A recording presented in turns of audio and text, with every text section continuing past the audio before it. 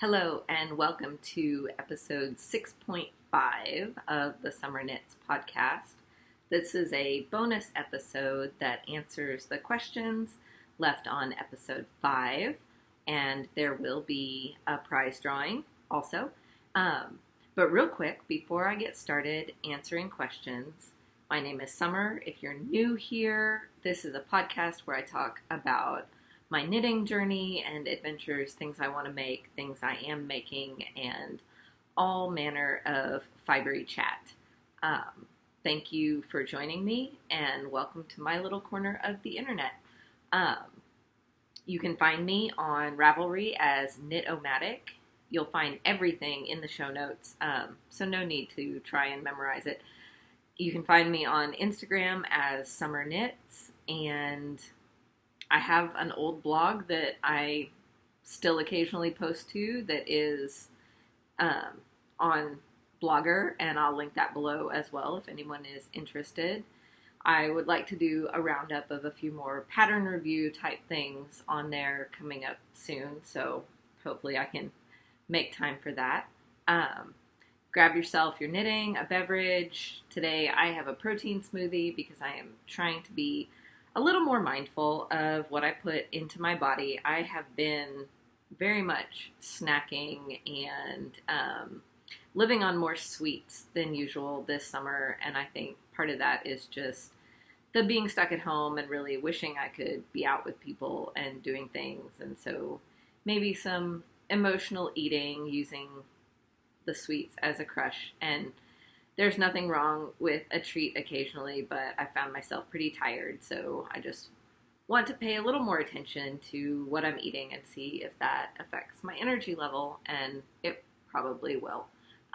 Well, that and staying up a little too late because I'm really into my knitting projects and don't want to go to bed, that also probably factors in. And I apologize for the glare on my glasses. To get enough light in this room, I've had to open every window and turn on every single light because our house is very, very shaded, and we don't get a ton of light in during the day, and it can make the picture very grainy since I film on my computer. So apologies for all the reflection going on right here. Just a quick update on today is September 1st. It's a Wednesday.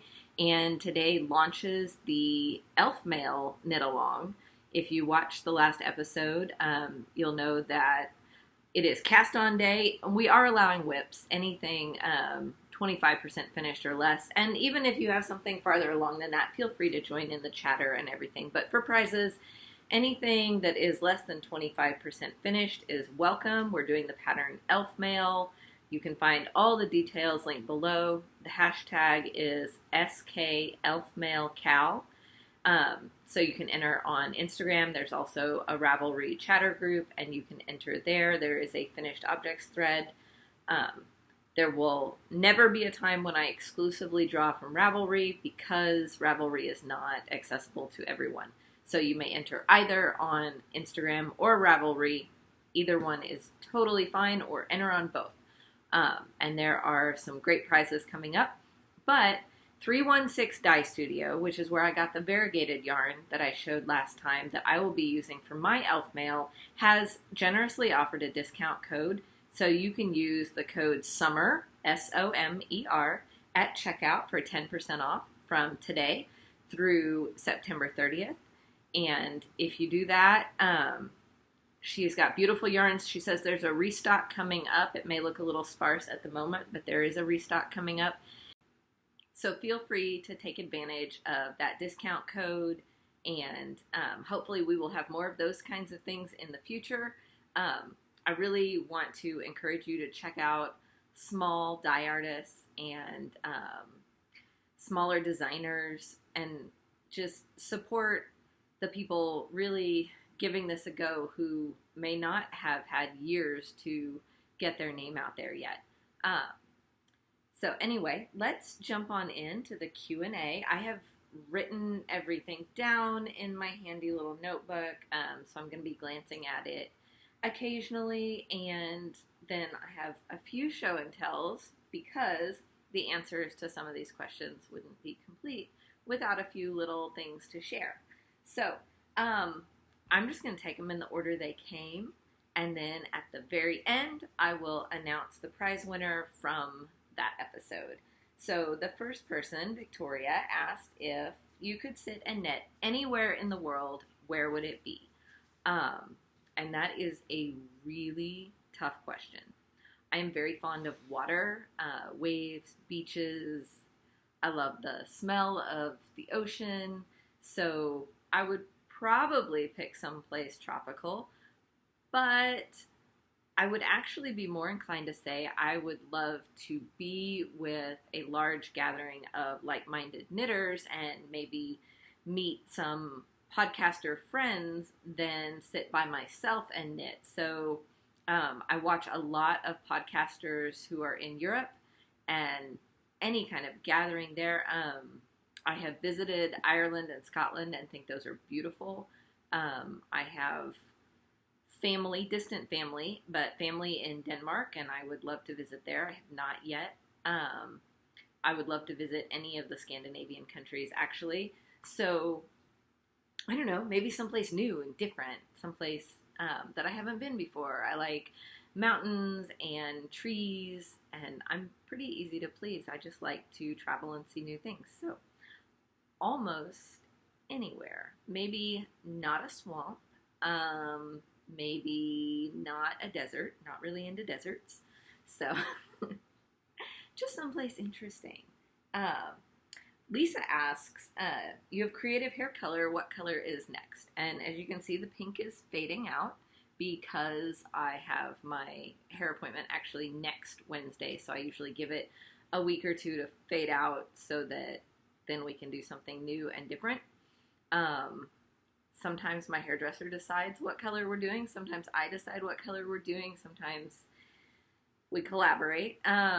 So I sent him a list of 4 color possibilities, and we will see what he finds. It's probably going to be in the pink-purple family because I'm hoping that we actually get some fall weather here at some point, and most of my sweaters would go well with those colors, not clash. So I don't know if we're really going to get any fall weather anytime soon. I mean, it is 91 degrees Fahrenheit today, but we have a heat index of 101, meaning it's super humid and feels very hot and oppressive outside. And it's just kind of miserable. And air conditioning and ceiling fans are definitely my best friends in the whole wide world today. And I have no desire to be outside. So Jennifer asks, what knitted item do you wear the most? And so that's a tough question. Historically, I have worn my knit skirts the most, which I know is an unusual answer, but it's because, you know, you can wear the same bottoms and change up the top and it's a totally new outfit, whereas a sweater and jeans is a sweater and jeans like all the time. Or slacks or whatever. But I have 3 skirts that I knit back in the early to mid 2000s. So I would say between 05 and 07. And they are definitely my most worn knitted objects. And some of them are kind of unusual. So this one is actually, it's hard to get the whole thing in the shot. It can be a dress. Woo! I don't know if I can back up enough for this. Okay, so it can be a dress that actually ties up here, so it's a strapless dress, or it can be a skirt. It has definitely lengthened a bit over time just from hanging, but it is a ribbon yarn, so it doesn't truly stretch out. As soon as you put it on your body, it kind of contours back into shape, and the way it's knit, I don't know if you can see that, gives it really great stretch and drape. So I, obviously, because it would be totally see-through, wear a black slip under it when I wear it. It comes to, just below the knee and makes for kind of a slightly flared at the bottom look. and fits well through the hips. But also it's like really forgiving because of the way it is knit.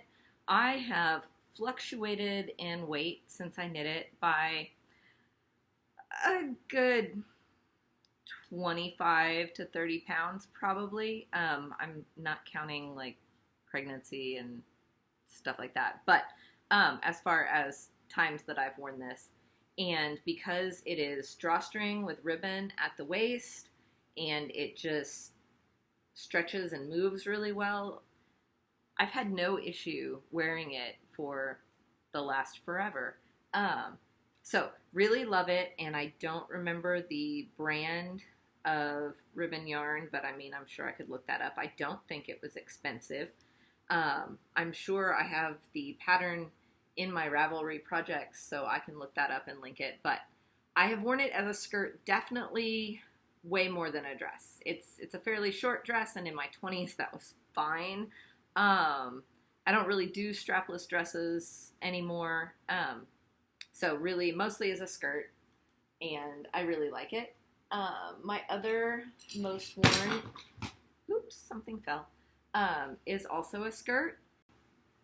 So this I know is Knit Picks Cotton, and it is a cotton linen blend, so it can definitely be washed and dried gently to refirm the stitches, but I really don't have to wash and dry it that often.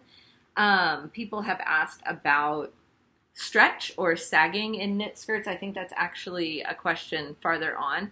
And I really haven't had that problem. It does stretch a bit over time, but like I said, the cotton linen blend can be dried. And I just love the detail at the bottom. And so this is one of my favorites. Also have this pattern in my Ravelry projects, so I could link that below as well. I like the ribbon detailing and the bow. It's once again a drawstring at the waist, so it's been really forgiving with weight fluctuations. It's no longer a color I wear a lot, but I have enough tops that'll still go with bright red, and I wear it a lot at Christmas time or near Valentine's Day, so another one of my most worn. And then I think what fell is the third one. Just a sec.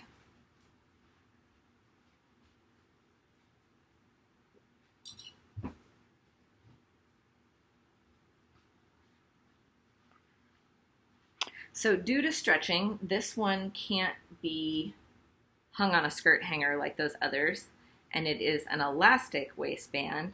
So this is a tiered skirt. It's kind of hard to get the whole thing in the frame, and it took forever. And you can see it has stretched out over time. It was not quite this sheer or this long when I first made it. And unfortunately, I didn't really think about how heavy it is and did store it on a skirt hanger for a while, and that gravity really has pulled down on it. It is a bamboo yarn, and I was considering looking up the care recommendations for this yarn recently and seeing if it could be washed and dried and maybe firmed up a little bit. But since it is an elastic waist, and I didn't actually sew the elastic, if you look very carefully, there's a safety pin inside holding it. I can adjust the elastic waistband. And so once again, it's a big circle skirt, like whoosh, at the bottom, like so much room, nice and twirly, really soft and fun, but it is fairly heavy because of the bamboo yarn. But I've been wondering if I could firm it up, and I still wear it all the time. Like I said, definitely very forgiving waistband, super forgiving in the hips because it's meant to be big and swishy and twirly. I've seen a lot of kid patterns recently for tiered skirts like this. And I'm sure I have the pattern listed in my Ravelry projects, but it's one that I think it was the first time I'd made a large garment on like small needles. And by small, I mean, it was probably size 6s, but back then in my knitting journey, that was small for me. I'd have to look it up. I can definitely give more info if anyone wants. But it was also, I think, my first sewn waistband, so had to do the pocket for the elastic. But anyway, so my knit skirts have probably historically been my most worn objects. As far as recent objects, I did the striped sweater by Andrea Mowry, and I feel like that's going to end up being my most worn object as soon as the weather turns cold again, because it was such an easy fit and just throw on and go, and just so comfortable. So I have a feeling that that one's going to be high on the wearing list.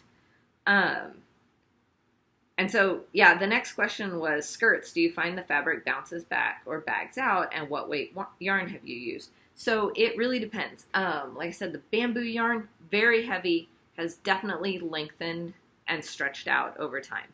I don't know that the yarn itself has actually stretched because bamboo doesn't have any give in it.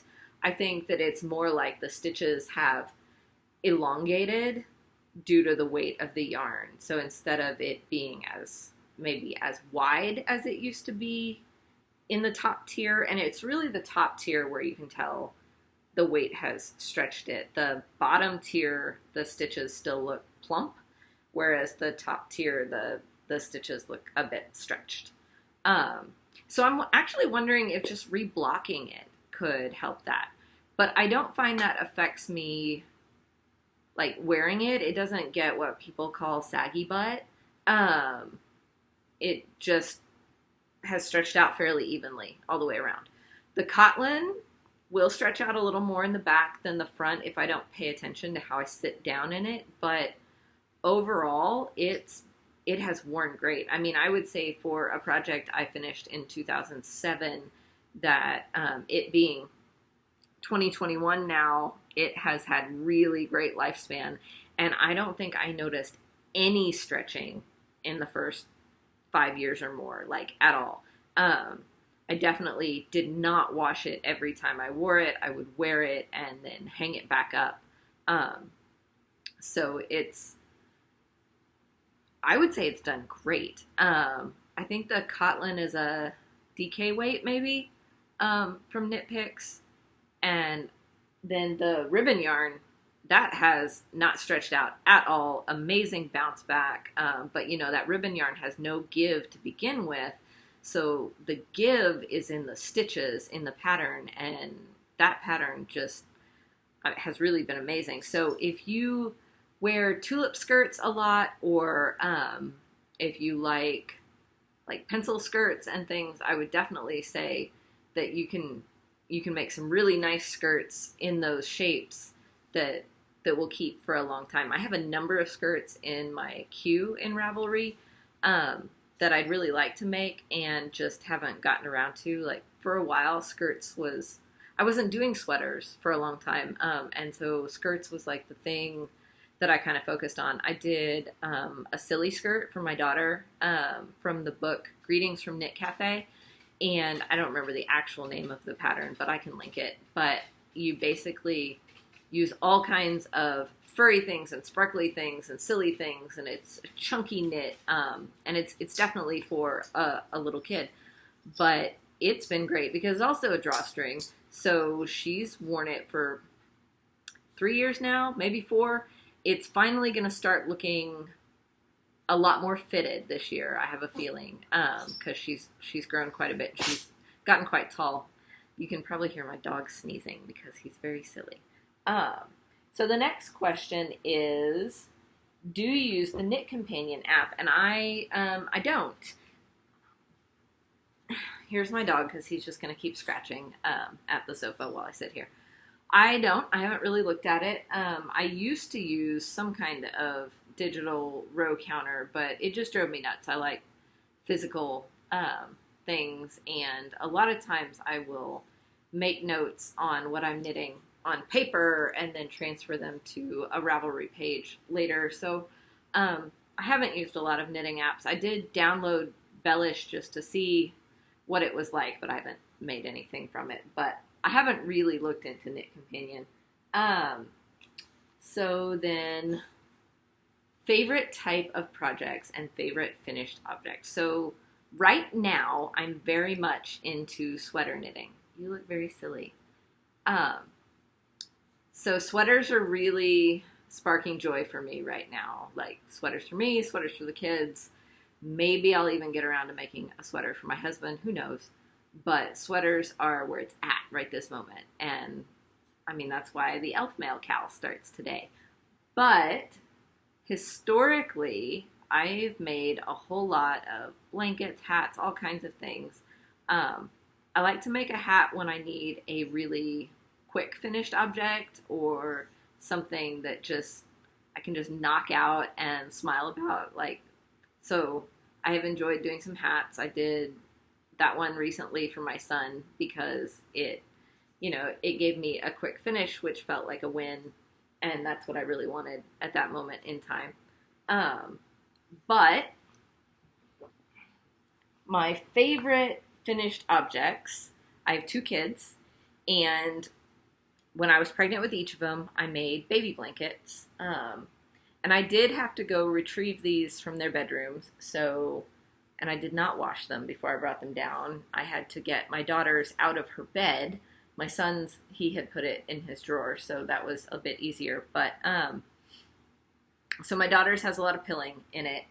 Her blanket is the Cabled Baby Afghan by Stacey Perry. And I made it in Debbie Bliss Cashmerino Aran. So it is like really soft, and I thought just, perfect against baby skin. It's rather big because I wanted blankets that would grow with them. So not just a tiny infant-sized blanket, but like blankets that would carry them through their childhood. And that was important to me, that they be big enough that they'd be useful for a long period of time. So my kids' baby blankets are very big. So I loved this soft gray, and we did not find out if we were having a boy or a girl either time until they were born.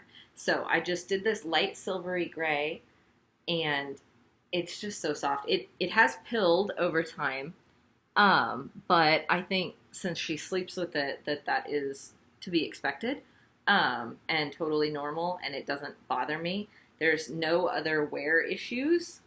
It could probably use a wash just because it's always in her bed, but I haven't asked her if she'd be willing to, because it's going to take it at least a day to dry. Have not asked her if she's willing to let me give it a wash. My son's blanket, and once again, we didn't find out if we were having a boy or a girl until after he was born.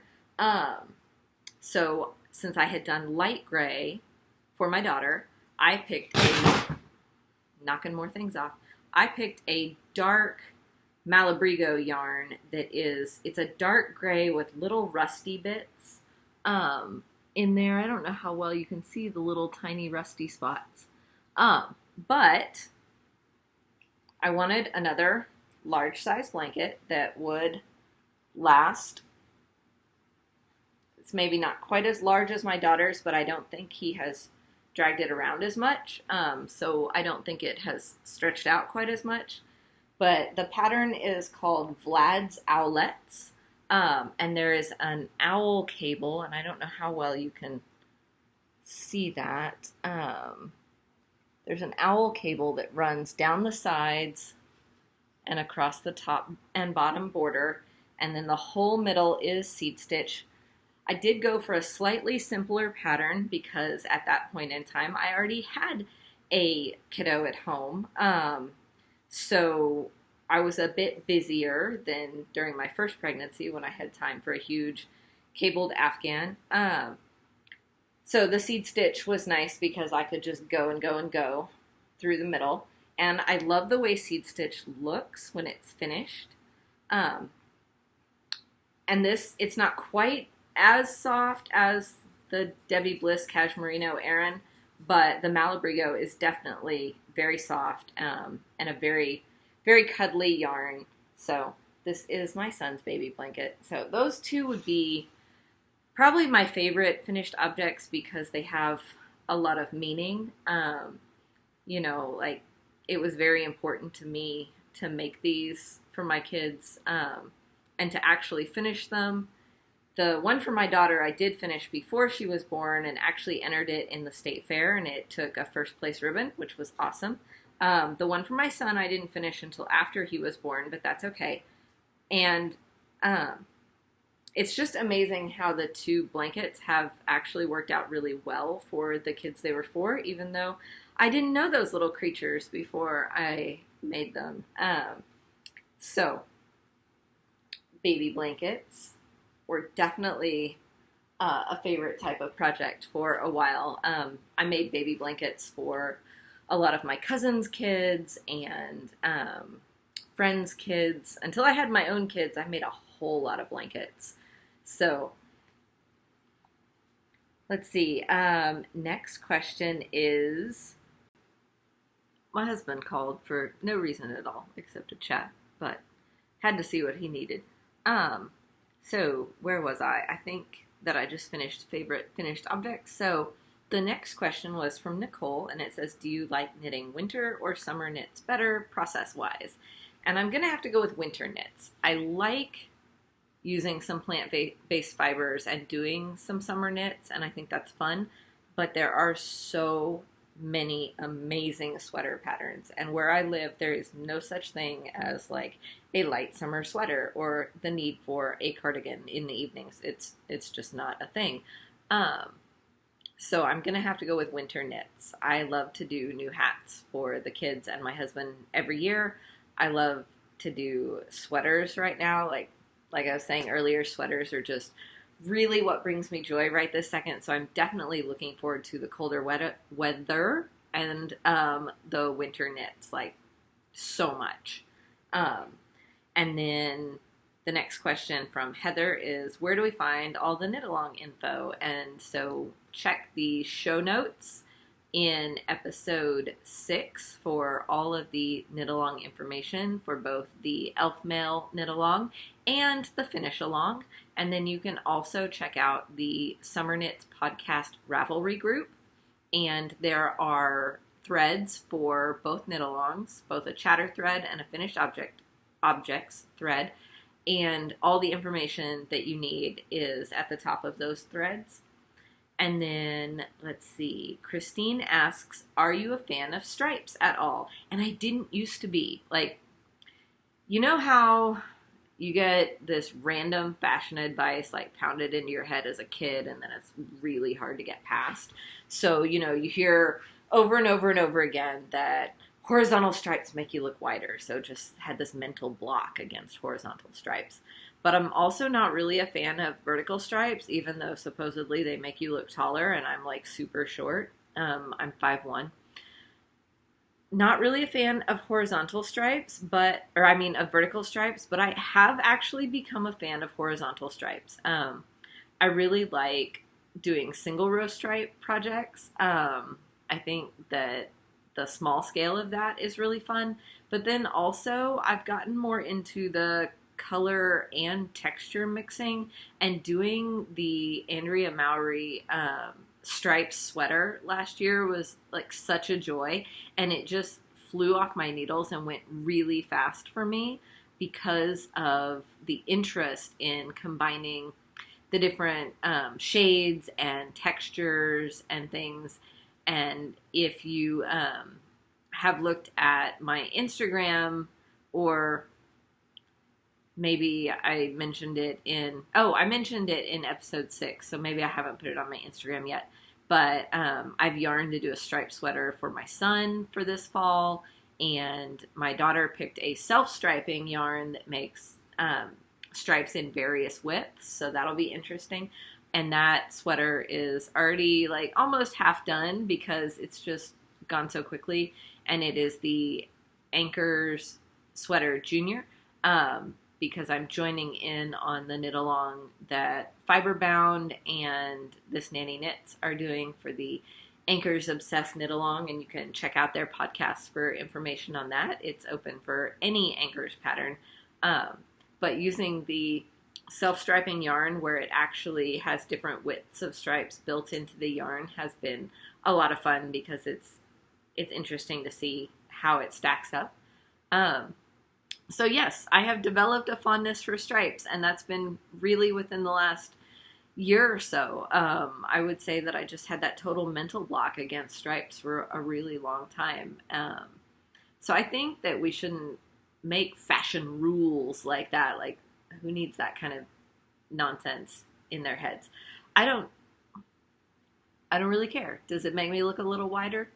Whatever. Yes, I like stripes now. Let's see. Libby asks, are you a continental or English knitter? I'm an English knitter.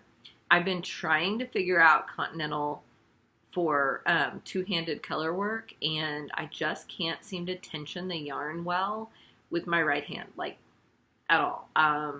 And some viewers have sent me tips, and it's stuff I'm going to try, but I just haven't gotten to yet because I've been so into what I was working on.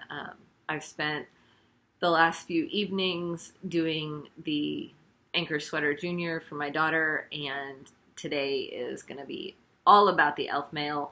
I cast on this morning right before I filmed. I finished watching a couple of other podcasts, and I cast on the collar, and I am in the ribbing, and then I would like to get the short rows finished. So I really want to see how far I can get today with the Elfmail because I'm just so excited to be doing it. I love the way the stitches come out in that pattern. I really enjoyed doing the swatch. I love that it looks like color work even though you're only using one color at a time. I just think it was a really well-written pattern and very creative.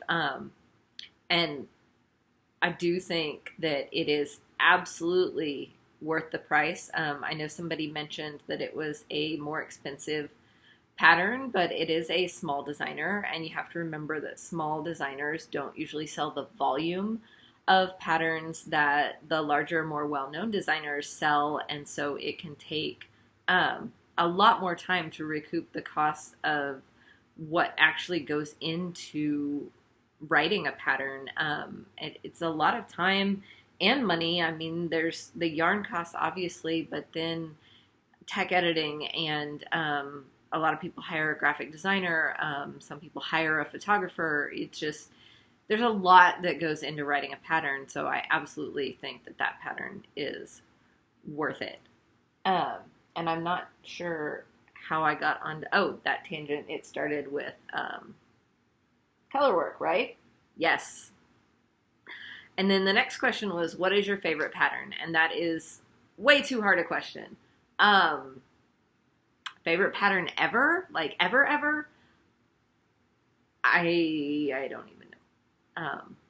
I love patterns. I love buying patterns. I love looking through patterns. What I do when I lay down in bed at night is I scroll the most recent additions to Ravelry usually, just to see what's new and or the debut patterns, to see what new designers are popping up. What is their first pattern that they're posting? I just find that really interesting. Like I said, right now I'm really drawn to garment knits. I'm really drawn to sweaters and things, but I also have always adored the look of cables. I'm really wanting to pick out a good cabled sweater pattern for myself at some point, but that's definitely going to be after the new year. I have so many things lined up for this fall, and then I'm sure that like the list of things I want to knit as gifts is just going to explode as we get closer and closer to Christmas. I know that for my sister-in-law, I need to do a fox cowl, the one by Heidi May. I did it for my daughter years ago, and I made the bear for my son. And so I actually think I might make the bear for my brother and the fox for my sister-in-law. They have a fox that frequents their property, and so they've decorated with a lot of fox items. So I'll get to that. It's just so many things. But I don't know. It's really hard to pick a favorite pattern. Before online pattern shopping was as big as it is now, I accumulated quite a big library of knitting books, and I still like physical books, so I haven't gotten rid of any of them. And I love to just flip through them for inspiration, and sometimes it's just a jumping off point. But I did get the Outlander knitting book for Christmas last year, I think, or my birthday. I don't remember. Anyway, I love flipping through there for just looking at the gorgeous knits and stuff. So I don't know, but I do adore the look of cables. I don't always have the patience, but I absolutely adore the look of cables.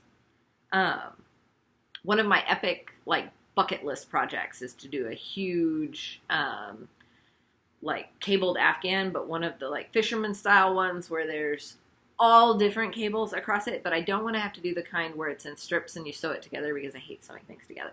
I want to do one of the ones where, yes, I'm going to have to pay attention to a chart or written instructions for every single row, but it's going to have a million different cable patterns across it and just be super smooshy and beautiful.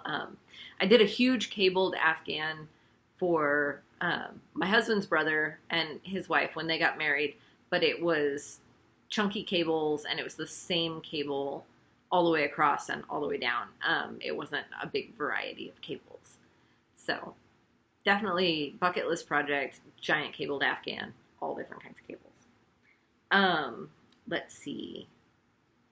Favorite knit ever. We've kind of talked about that already with the baby blankets. Also, I did a weekender sweater it wasn't my first sweater ever because I had done one years before, but it was a super basic one and I just hadn't really done any more sweaters since then.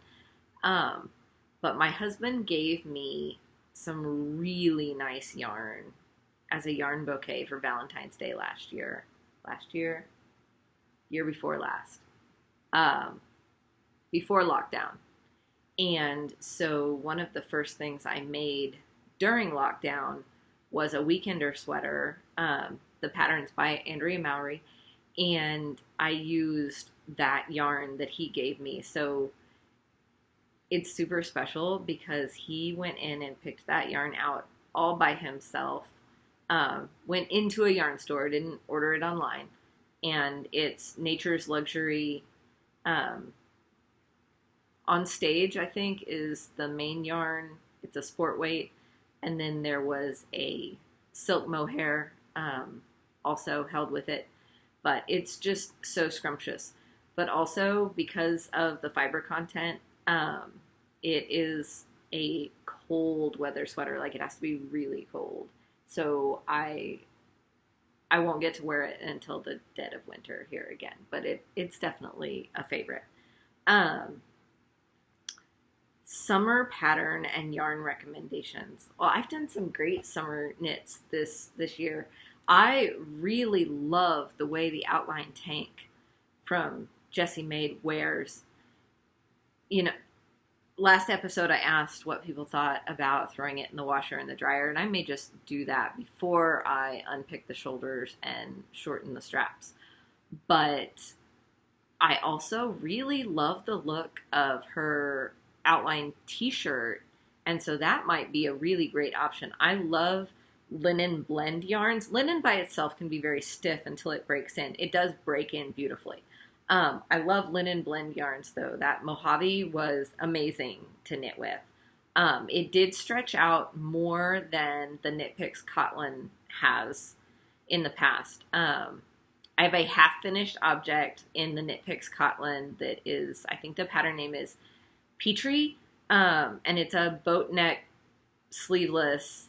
I think the pattern is from Knitty, so it's free, but it's a really pretty pattern, and I started it maybe last year. I don't remember. Anyway, I need to finish that because that is, I think, going to be a really nice summertime knit. But I love the way the Magpie Tendency comes out.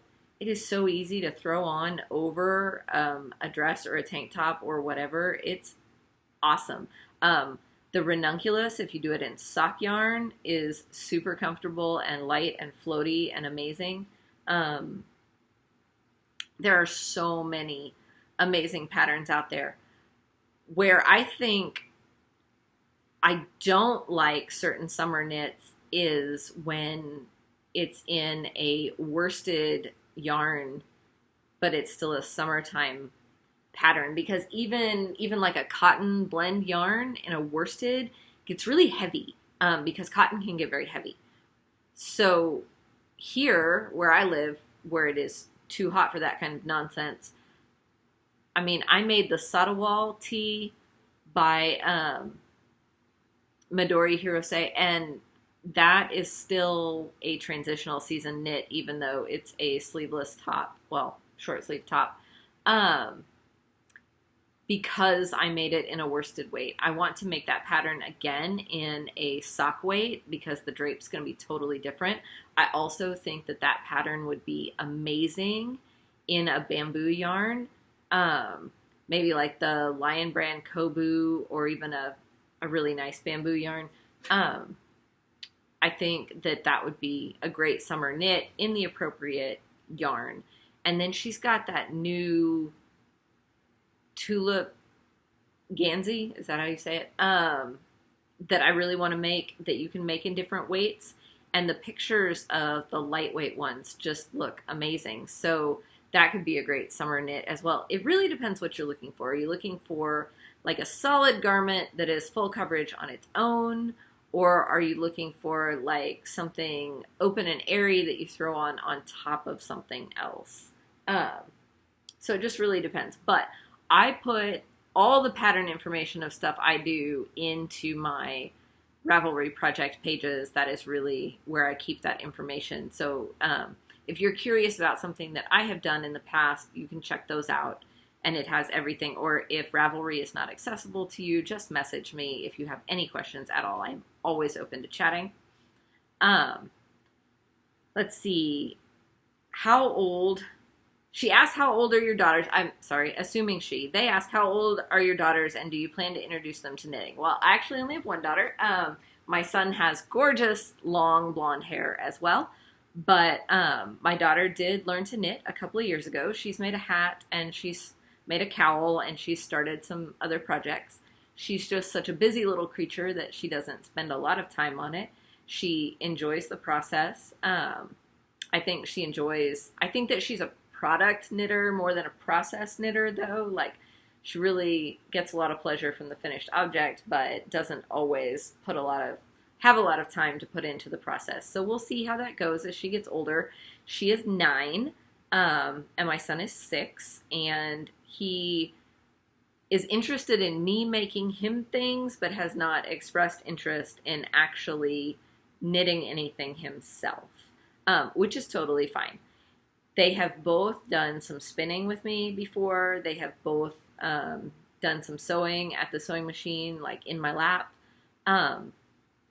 But I think that I'm hoping that my daughter will get more into it as she gets older, because she's definitely crafty. She likes to make things. She loves to make bracelets and things for her friends with different craft kits. She got a little tabletop loom last year for her birthday that makes, it comes with all the stuff to make this cute little tapestry wall hanging. And so I need to help her set that up so that she can get that going, because I think that she will really enjoy that. But knitting is definitely a big enough part of my life that I don't think they're going to be able to avoid hearing about it. And so I was glad when my daughter expressed an interest and decided to give it a try. And we'll see if my son decides to do the same thing. So we've already done favorite finished knit, but that was asked again. Another question was, do you keep and organize your swatches? And I don't. I have a tendency to frog my swatches because I'm always afraid of running out of yarn. And even though I don't frequently run out of yarn, I'm just always afraid I will. So I tend to frog my swatches. I do try and make notes about them, but you know, I'm kind of a cheater swatcher, so I don't always swatch 100% or as big as they say. And I know that that is really chancy, but also I knit with a lot of yarn that I know how it's going to behave and stuff. And if you remember a few episodes back, I did some actual reasonable swatches that I did block and measure and everything.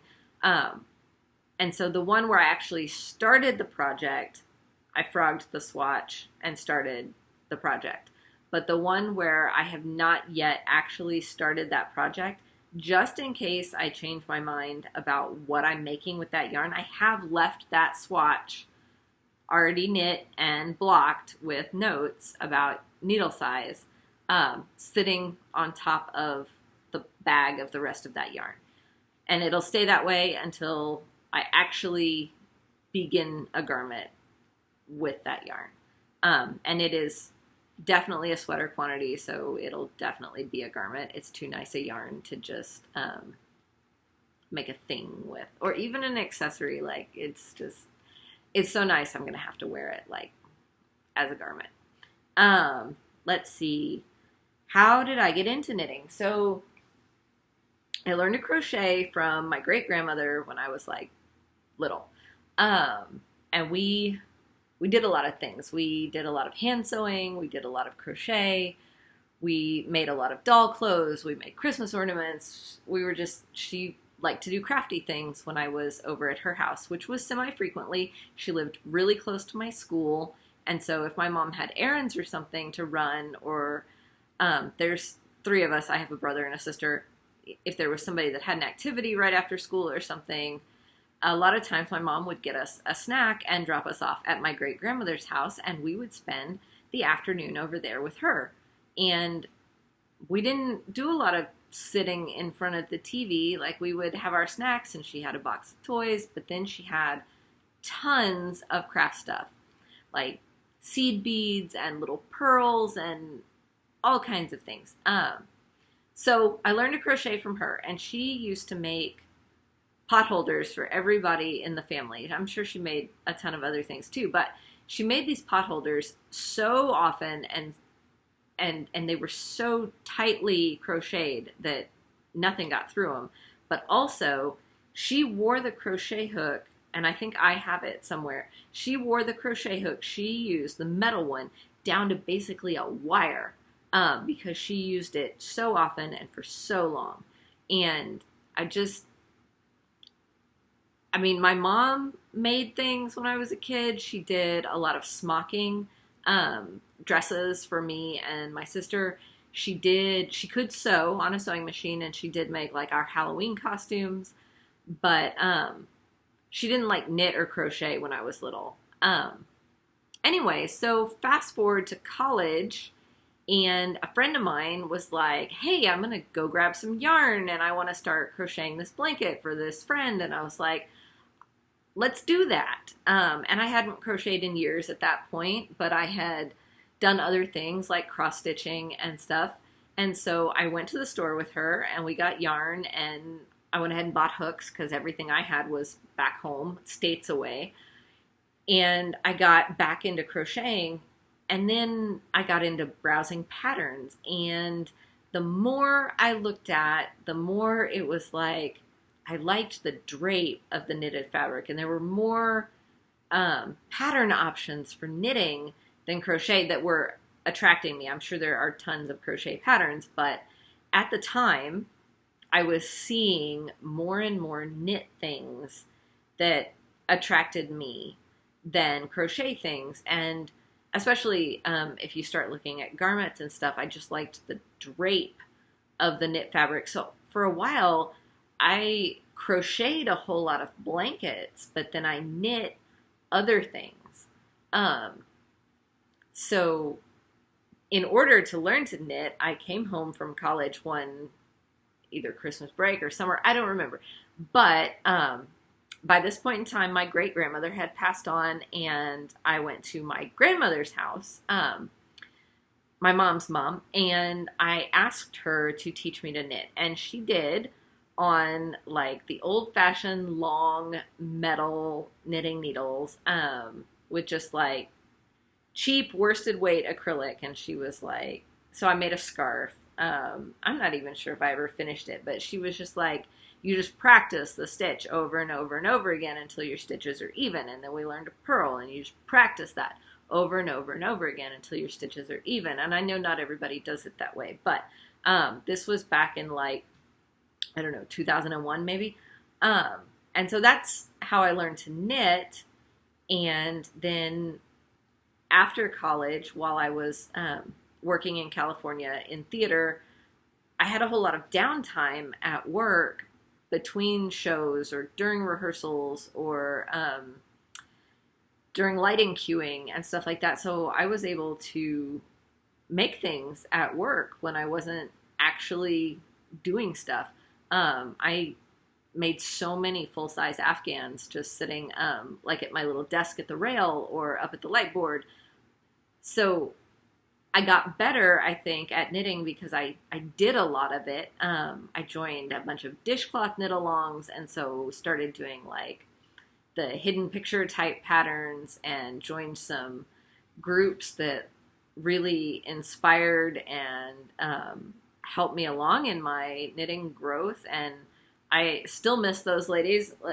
One of the best knitting groups in the whole wide world. It was the Ventura County Stitch and Bitch, and we met in a bookstore, and I can't even remember which bookstore, but we met in the cafe every Friday morning, and then we also met at a store called Ava's Needlework, and I think that was maybe Monday nights, Tuesday nights, I don't remember. Anyway, it was just a wonderful group.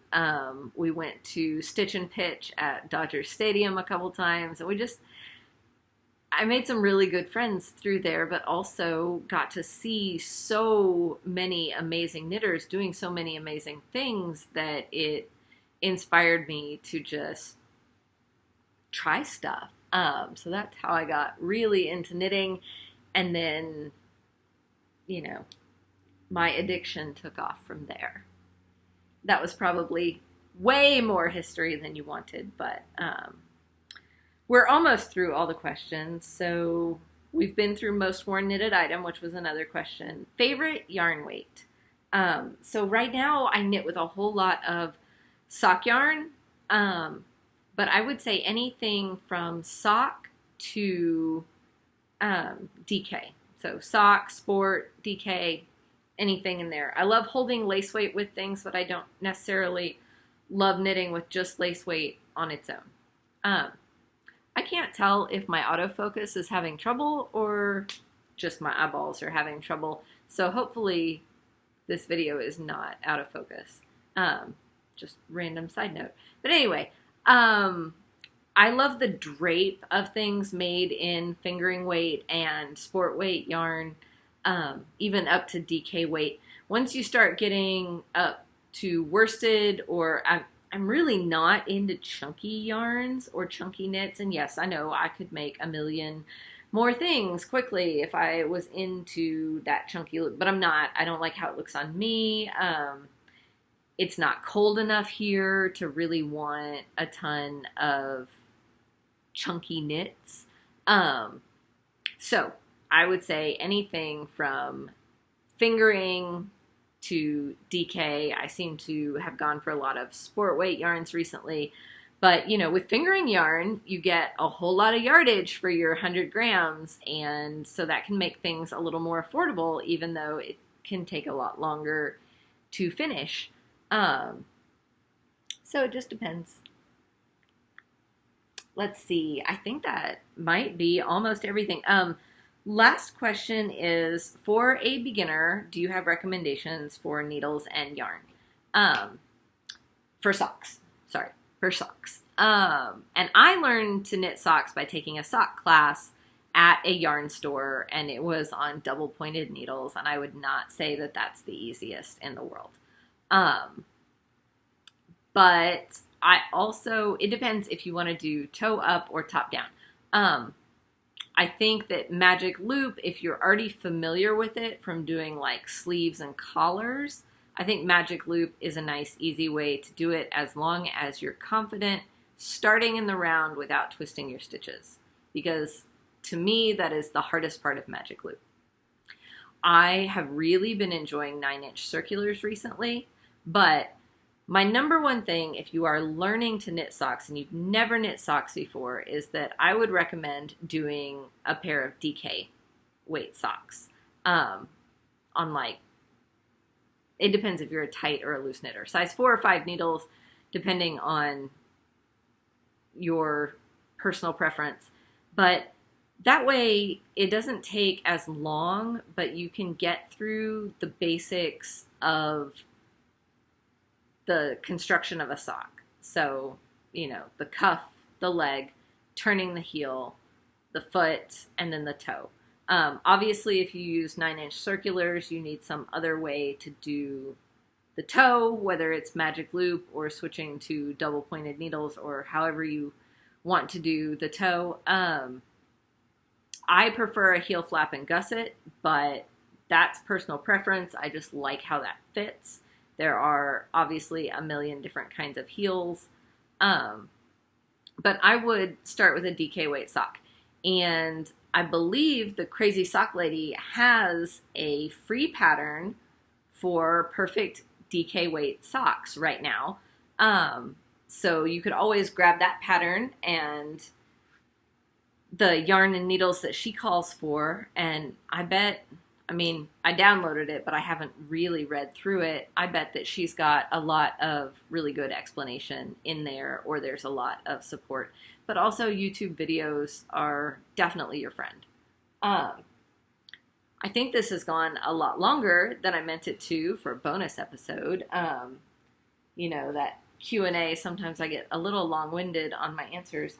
I don't think I had anything else important, except I did draw the winner, and it was Christine, and I don't want to butcher your last name, so I'm just going to put it right here, and I will also put it in the show notes, but she asked if I was a fan of stripes, so that was the question that won, and I can even insert the picture of the comment picker, but I did, while I was getting ready for filming, go ahead and do that commentpicker.com to get a random draw for that prize. So Christine, if you will just message me on Instagram, Ravelry, or email me, my email's down in the show notes. I just need your shipping address, and I will send you that set of stitch markers for asking a question on episode 5. So thank you for joining me here today. Your support means absolutely everything to me, and I have really enjoyed becoming a part of this larger, more global knitting community. You know, it's always wonderful to have a local community, but to just get to be a part of the larger global knitting community has been absolutely amazing, and other podcasters and viewers are just so welcoming, and everyone has been so nice. So thank you very much.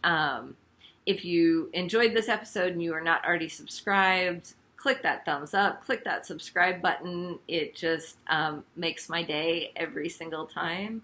And it's not all about the number of viewers. It is way more about the connection. But just know that it really does make my day. And I am hoping to get more donations to give away more things, because I just really want to be able to share with all of you. Because I love knitting, and I love notions, and I love yarn, and I think that being able to share that just sends more happiness out into the world. So thank you for being here, and I look forward to seeing you next time. And please, any comments, questions, anything, I love having those conversations with you. So until next time.